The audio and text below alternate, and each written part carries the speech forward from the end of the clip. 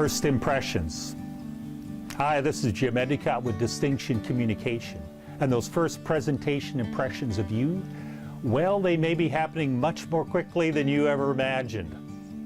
A number of years ago, a guy named Malcolm Gladwell wrote a New York Times best-selling book called Blink. And in there he cited some research by an Indian researcher named Nalini Ambati. She wanted to understand this whole area of first impressions. So she brought together a group of incoming college freshmen and she showed them 3 10-second videos, no audio, of 3 professors that they were going to encounter during the school year. And she asked them the question, which one of these is going to be the most effective? They voted and they pretty much all agreed.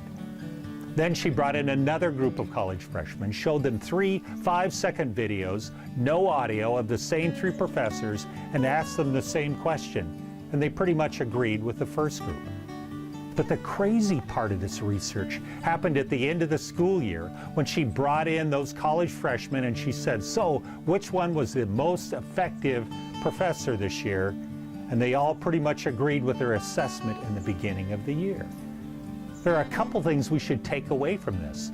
First of all, first impressions are not being formed in 5 or 10 minutes. They're being formed in the first 5 or 10 seconds.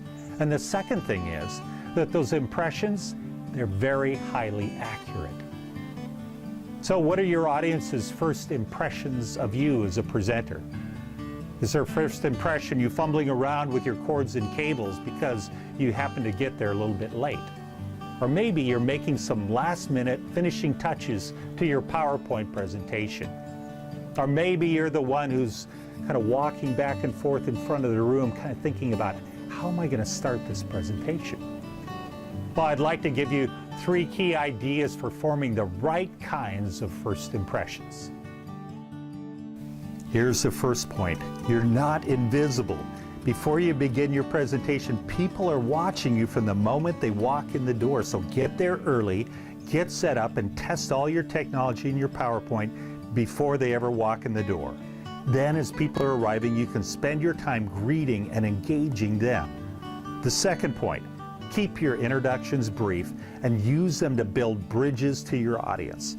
A story that illustrates a shared experience with them will carry a lot more weight than a long list of credentials. Why?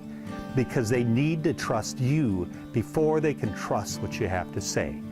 And the third point, set clear expectations. Say something like this, when you're leaving here this morning, you'll better understand, and finish your topic.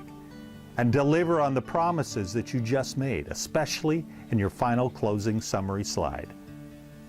So what kind of first impressions are you creating today? Well, the good news is you can control those first impressions with a little bit of planning and a little bit of preparation. Thanks for sitting in on today's video blog. If you'd like a little bit more information on this research project, check out our website at distinction-services.com.